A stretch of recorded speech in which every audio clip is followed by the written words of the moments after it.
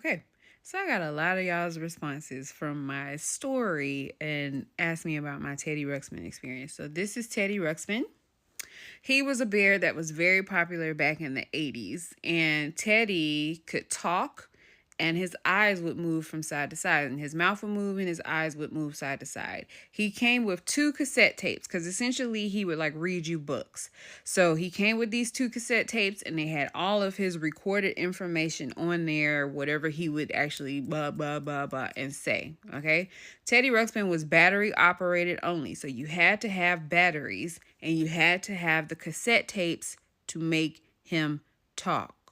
The cassette tapes went in his back, and also the batteries went in his back. All right, so that's how Teddy Ruxpin works.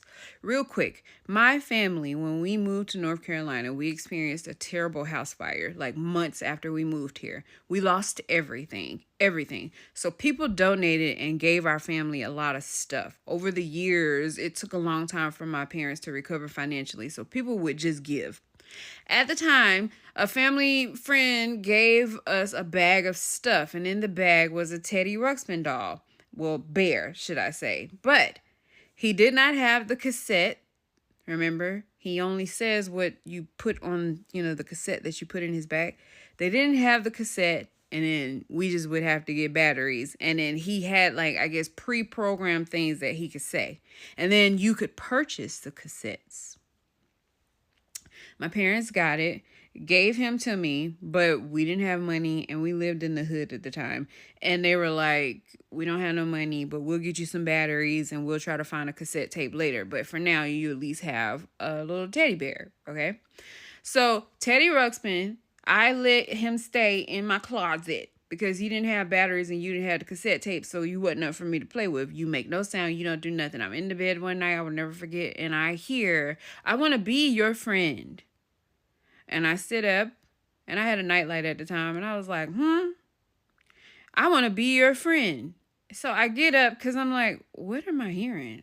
First, I thought my brothers were like joking with me. They were younger at the time, but they weren't. I opened my closet door, and this Teddy Ruxpin bear is not in the bag he was in. He's sitting up, and he goes, I want to be your friend. I said, you want to be my friend? I want to be your friend. And I said, how are you even talking to me? Then his head turns. I run and I go tell my parents. And they were like, what? And I was like, did you put batteries in my Teddy Ruxpin bear because he's talking and his head is moving? Sheretta, go to bed and quit playing. You shouldn't be in that closet playing with them toys anyway. Go to bed. I go back to bed. I go back in my room and I hear, do you want to be my friend? Do I want to be your friend? I get up.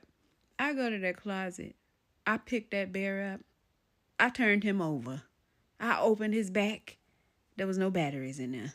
I opened the cassette holder. There was no cassette in there. I turned him back around and I looked at him and I said, how are you talking to me? I want to be your friend. I said, no. I put on my slippers. Remember I said we was living in the hood? I walked out. I didn't say nothing because my parents didn't believe me the first time I tried to tell them. So children don't do this, but this is what I had to do. And I walked that doggone bear down to the trash can by myself at 9 years old, which was not right outside our door. So I had to leave out of our building. If you know anything about project buildings, we had to leave out of my building. I had to walk up a little bit. It was a dumpster. I'm only 9, okay? And so it was pretty high, but I was going to get that bear out my house. I threw him in the trash. I walked my little 9-year-old self back to the house. My parents didn't even know where I was until I was walking back into the door. They were getting ready to come out and try to find me, and I'm walking back in, and my mama said, Shirley, where have you been? And I said, I went and I threw that bear in the trash. And Mama, why would you throw that bear in the trash? His head turned around. He said he wanted to be my friend. He had no batteries. He had no cassette tape. Good night, Mama. That's only one of my stories.